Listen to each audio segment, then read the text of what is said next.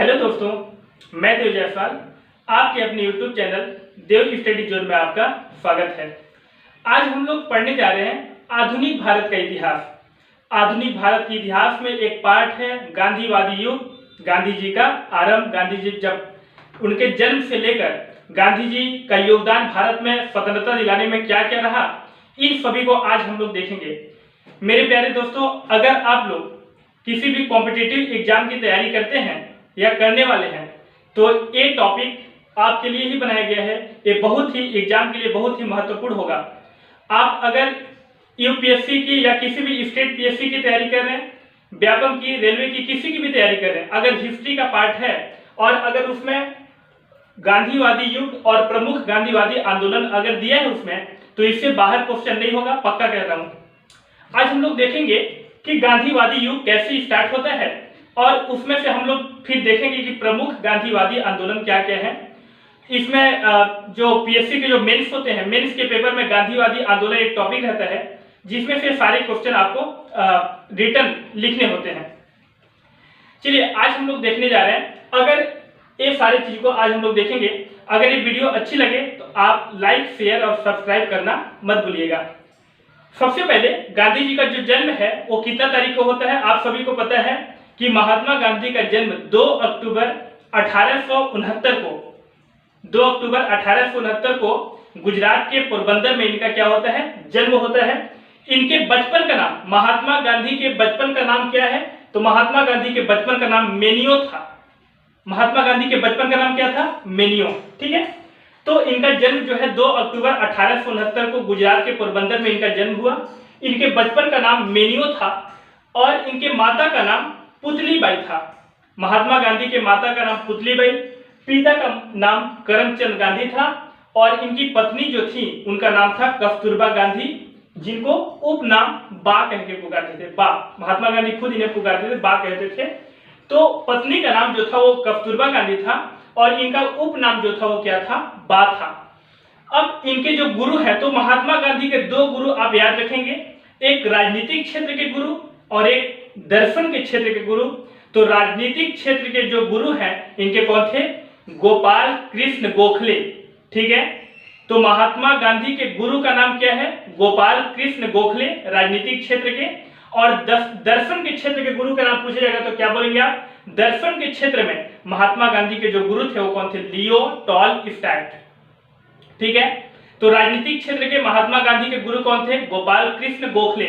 अगर मान लीजिए कि गोपाल कृष्ण गोखले के गुरु कौन थे, तो महादेव गोविंद रानाडे। आप याद रखेंगे, महात्मा गांधी के गुरु कौन है राजनीतिक क्षेत्र के, गोपाल कृष्ण गोखले, और गोपाल कृष्ण गोखले के गुरु कौन थे, महादेव गोविंद रानाडे थे। आप इसको याद रखेंगे।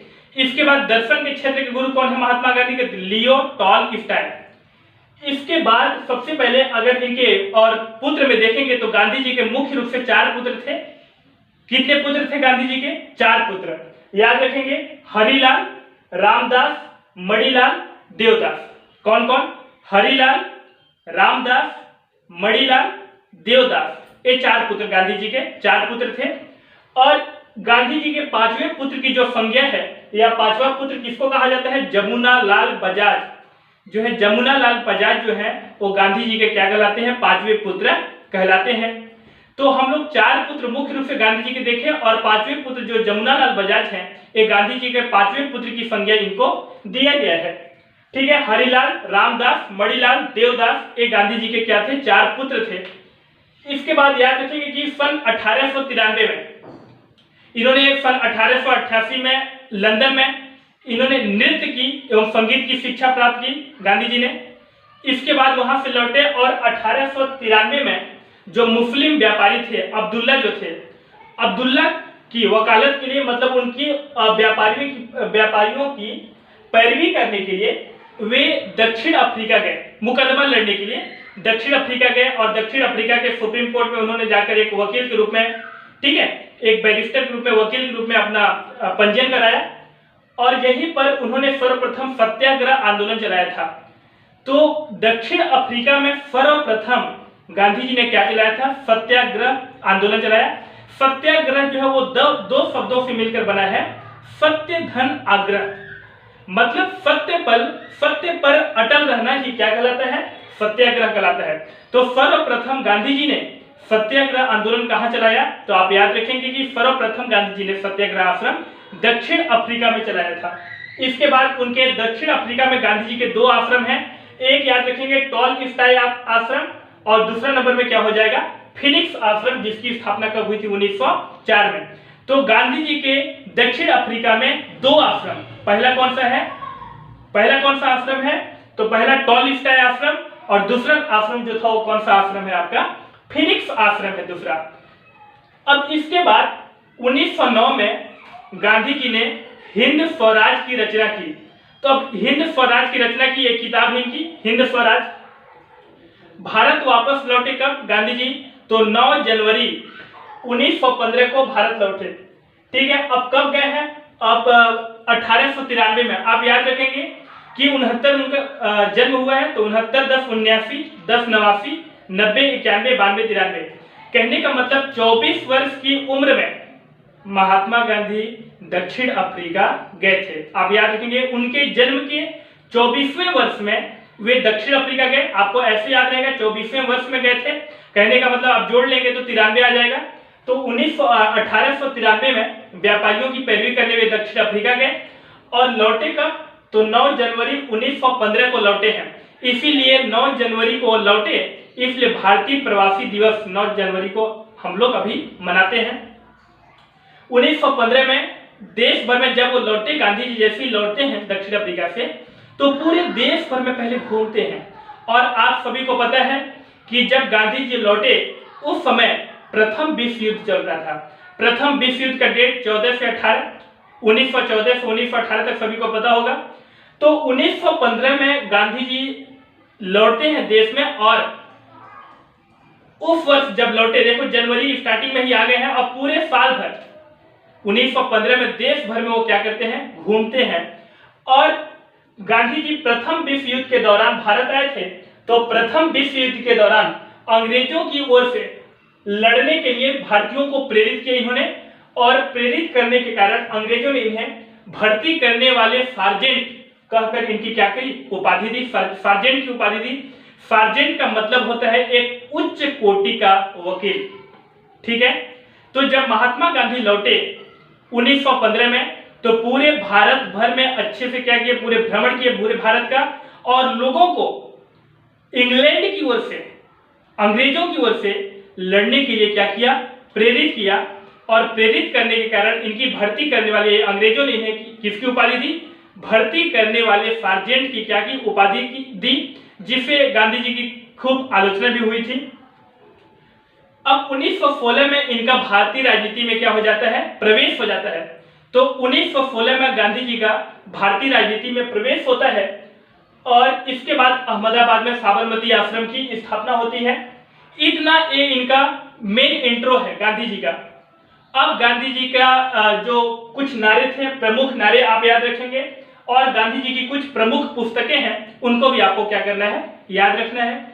गांधी जी के प्रमुख नारे में याद रखें, करो या मरो। आप सभी को पता होगा भारत छोड़ो आंदोलन के दौरान, जब 8 अगस्त 1942 को जब ये आंदोलन स्टार्ट हुआ बंबई के ग्वालियर टैंक मैदान से, जिसको अगस्त क्रांति भी कहा जाता है, तो 8 अगस्त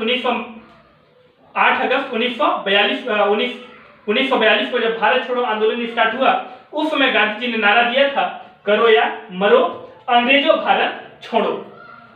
तो याद रखिए, करो या मरो, अंग्रेजों भारत छोड़ो। तीसरे नंबर में सत्य और अहिंसा ही मेरा क्या है, ईश्वर है। क्योंकि गांधी जी सत्य और अहिंसा को, मतलब गांधी जी जो थे वो सत्य और अहिंसा को अपना क्या मानते थे, अपना ईश्वर मानते थे।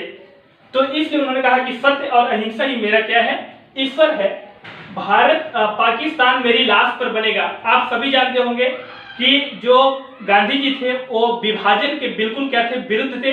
वे बिल्कुल नहीं चाहते थे कि यह भारत जो राष्ट्र है यह हमेशा दो राष्ट्र बन जाए या दो अलग अलग बन जाए, हिंदू और मुस्लिम अलग अलग हो जाए, ऐसा बिल्कुल नहीं चाहते थे। इसलिए बोले थे कि जब तक मैं रहूंगा तब तक यह भारत का विभाजन नहीं हो सकता। इसलिए उन्होंने कहा था कि पाकिस्तान जो है वो कहां बनेगा, मेरी लाश पर बनेगा। इसके उसके बाद भारत के सौर मंडल का एक सितारा डूब गया। ये लाला लाजपत राय की मृत्यु के संदर्भ में इन्होंने कहा था कि भारत के सौर मंडल का एक सितारा जो है वो क्या हो गया, डूब गया है। इसके बाद नेहरू में राजनीतिक उत्तराधिकारी है, इसको भी महात्मा गांधी ने नारा के रूप में कहा था। इनके प्रमुख नारे थे करो या मरो, अंग्रेजों भारत छोड़ो, ये 2 नारा। तीसरे नंबर में इन्होंने क्या कहा था कि तीसरे नंबर में सत्य और अहिंसा क्या है, मेरा ईश्वर है, पाकिस्तान मेरी लाश पर बनेगा, और भारत के सौर मंडल का एक सितारा डूब गया, और नेहरू जी में राजनीतिक उत्तराधिकारी है। ये जो है इनके प्रमुख नारे हैं। आप कॉपी लेकर बैठेंगे, अच्छे से इनको लिख कर रखेंगे, यही आपके एग्जाम में पूछा जाएगा। गांधी जी की प्रमुख पुस्तकों में अगर देखें कि गांधी जी के प्रमुख पुस्तकें कौन कौन सी थी, तो आप याद रखेंगे लंदन गाइड, ये लेखक के रूप में पहली पुस्तक जो है वो गांधी जी का माना जाता है। पहली पुस्तक कौन है, लंदन गाइड, ये लेखक के रूप में पहली पुस्तक थी। An appeal to every Britain, इनकी पुस्तक दूसरी पुस्तक। और इसके बाद इंडियन फ्रेंचाइज, ये जो है दक्षिण अफ्रीका में रह रहे भारतीयों की दुर्दशा का वर्णन इस पुस्तक में किया गया है कि कैसे वहां पर रंग भेद की नीति, अश्वेतों के साथ कैसा भाव होता था, ठीक है।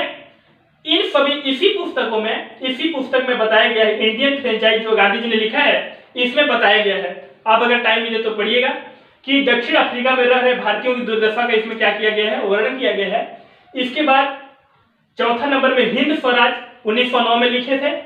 5वां नंबर में माई अर्ली लाइफ, 6वां नंबर में माई चाइल्डहुड, 7वां नंबर में सर्वोदय, स्टोरी ऑफ सत्याग्रही, और इंडियन ओपिनियन। जो इंडियन ओपिनियन जो लिखे हैं ना, इसको भी इन्होंने दक्षिण अफ्रीका में लिखा था, ठीक है। तो आप इसको क्या करेंगे, अच्छे से याद रखेंगे, इतना ये गांधीवादी। अब इसके बाद और आगे जो है इनकी प्रमुख पुस्तकें देख लिए, इनके नारे देख लिए, इसका आप स्क्रीनशॉट कीजिए, फिर आगे देखते हैं।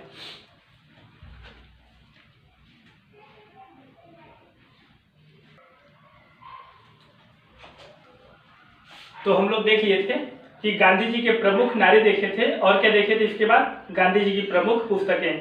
अब हम लोग देखेंगे कि गांधी जी द्वारा संपादित पत्र एवं पत्रिकाएं कौन कौन सी थी। तो यहाँ पर आप देखेंगे तो पहला नंबर में इंडियन ओपिनियन, ये एग्जाम में बार बार पूछा जाता है, कई बार पूछा गया है कि वो 1893 में दक्षिण अफ्रीका से प्रकाशित हुई थी यह पुस्तक, उनका नाम क्या है, इंडियन ओपिनियन। इसके बाद नवजीवन जो था 1919 में प्रकाशित हुआ था, गुजराती तथा हिंदी में अहमदाबाद से प्रकाशित हुआ था। कौन कौन सी भाषा में था, तो याद रखें नवजीवन जो है वो गुजराती में भी है और किसमें है, हिंदी में। कहां से प्रकाशित हुआ था, अहमदाबाद से, इंदुलाल याग्निक के सहयोग से यह क्या हुआ था, प्रकाशित हुआ था। इसके बाद इनका आया था यंग इंडिया। तो आप याद रखेंगे यंग इंडिया लगी रहेगी, ये अंग्रेजी भाषा में होगा, YOUNG यंग हो गया। तो ये जो है यंग इंडिया 1919 में ये भी आया था और ये अंग्रेजी भाषा में था। हरिजन जो था 1933 में, यह हिंदी साप्ताहिक पत्रिका हुआ करता था हरिजन, और एक हरिजन सेवक संघ तथा हरिजन बंधु, इन सभी पत्र पत्रिकाओं का संपादन किसने किया, गांधी जी ने किया है। आप दूसरे का नहीं मारेंगे टिक, पहला इंडियन ओपिनियन गांधी जी का है, नवजीवन गांधी जी का है, यंग इंडिया, हरिजन सेवक संघ। आप इनमें से याद रखेंगे, ये सबसे इंपॉर्टेंट है। नवजीवन आप समझ जाएंगे, जान जाएंगे लगभग, और यंग इंडिया भी नहीं जानते होंगे तो जान लें, हरिजन जान जाएंगे, हरिजन सेवक संघ, ये 3 आपको याद होगा लगभग, नवजीवन, हरिजन सेवक संघ। आप अच्छे से याद किसको रखेंगे, इंडियन ओपिनियन कहां से प्रकाशित हुई थी, ये दक्षिण अफ्रीका से प्रकाशित हुआ था, ये कब, 1893 में। इसको आप याद रखेंगे मुख्य रूप से। इसके बाद नवजीवन, यंग इंडिया, हरिजन सेवक संघ तथा हरिजन बंधु, ये हम लोग देख लिए, इनका पत्र तथा पत्रिकाएं देख लिए। अब हम लोग देखने जाएंगे गांधी जी की उपाधियां, इनको कौन कौन सी उपाधि दिया गया है। आप याद रखें कि कर्मवीर गांधी जी को उपाधि, यह भी दक्षिण अफ्रीका में दिया गया उपाधि है। दक्षिण अफ्रीका में सहयोगियों द्वारा दिया गया क्या था, उपनाम था। उनके जो गांधी जी के जो सहयोगी थे वो उनको क्या कहते थे, एक कर्म के क्या है, वीर हैं। इसलिए दक्षिण अफ्रीका में गांधी के सहयोगियों द्वारा दिया गया एक उपनाम क्या था, कर्मवीर था। दूसरा नंबर में कुली बैरिस्टर। तो दक्षिण अफ्रीका में गांधी जी को जो अंग्रेज होते थे, जो उनके अंग्रेज साथी थे, वो भी मजाक में उनको मजाकिया नाम उनका क्या बोलते थे, एक क्या है, कुली बैरिस्टर कहते थे। तो कुली बैरिस्टर यह कहाँ नाम दिया गया है, यह भी दक्षिण अफ्रीका में दिया गया है। महात्मा गांधी को मजाक में जो अंग्रेज होते थे वो क्या कहते थे दक्षिण अफ्रीका में, कुली बैरिस्टर कहते थे। इसके बाद भंगी शिरोमणि। आप सभी को पता होगा कि जो गांधी जी जो थे वो स्वच्छता के पुजारी थे, और आप देखेंगे कि जो स्वच्छ भारत अभियान अभी जो चल रहा था, इसमें गांधी जी का फोटो लगाया गया था, आप देखेंगे। तो स्वच्छता के पुजारी थे, इसलिए भंगी शिरोमणि दक्षिण अफ्रीका में गांधी द्वारा किए गए सफाई के कामों के फलस्वरूप मिला उपनाम। तो सफाई के कामों के कारण इनको क्या नाम दिया गया था, भंगी शिरोमणि।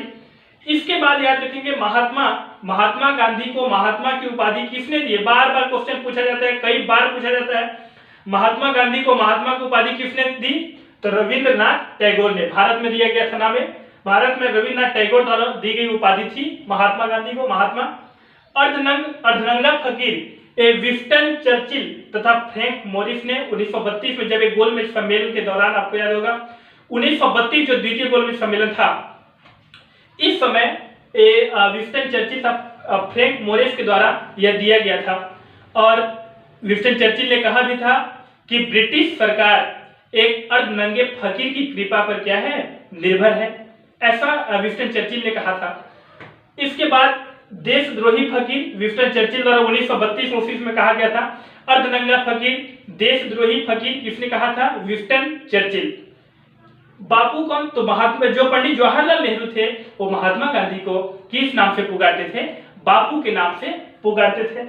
इसके बाद मलंग बाबा, तो पश्चिमी सीमा प्रांत के रहने वाले जो कबायली लोग हैं, एक कबायली लोगों के द्वारा पश्चिमी सीमा प्रांत के कबायली लोग जो थे, उन कबायली लोगों के द्वारा महात्मा गांधी को दिया गया उपनाम था, क्या कहते थे उनको, मलंग बाबा। तो मलंग बाबा किसे कहा जाता है, महात्मा गांधी कहा जाता है। किसके द्वारा दिया गया था, तो पश्चिमी सीमा प्रांत में रहने वाले कबायली लोगों के द्वारा यह मलंग बाबा नाम दिया गया था। इसके बाद बापू हो गया, मलंग बाबा हो गया। राष्ट्रपिता की उपाधि किसने दिया, तो सुभाष चंद्र बोस ने 1944 में रंगून रेडियो से बोलते हुए कहते हे राष्ट्रपिता करके संबोधित किए थे। तो महात्मा गांधी को राष्ट्रपिता किसने कहा था, तो सुभाष चंद्र बोस ने। एक और याद रखेंगे, लॉर्ड माउंटबेटन जो थे, उन्होंने महात्मा गांधी को कहा वन मैन बाउंड्री फोर्स, ठीक है, वन मैन बाउंड्री फोर्स किसे कहा जाता है, महात्मा गांधी को कहा जाता है।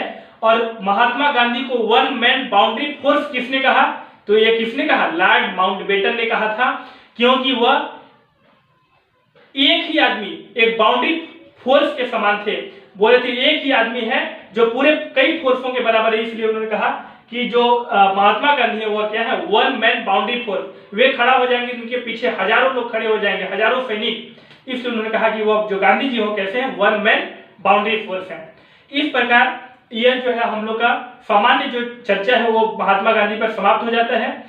इसके बाद नेक्स्ट जो वीडियो आएगी उसमें गांधीवादी आंदोलन जो होंगे, जो मुख्य रूप से जो है, जैसे कि 1916 में चंपारण सत्याग्रह, ठीक है, फिर इसके बाद खेड़ा सत्याग्रह, अहमदाबाद मिल मजदूर आंदोलन, सविनय अवज्ञा आंदोलन, खिलाफत आंदोलन, ठीक है, और इसके बाद भारत छोड़ो आंदोलन। ये जो गांधीवादी आंदोलन है ये बहुत ही इंपॉर्टेंट है। नेक्स्ट वीडियो जो आएगी उस वीडियो में उसी आंदोलन को बताऊंगा। आप इतना को अच्छे से कॉपी में तैयार करके रखेंगे, अच्छे से पढ़ते रहिए, बढ़िया रहिए बस। और अगर ये वीडियो अच्छी लगे तो इसको लाइक, शेयर और सब्सक्राइब करना मत भूलिएगा। धन्यवाद।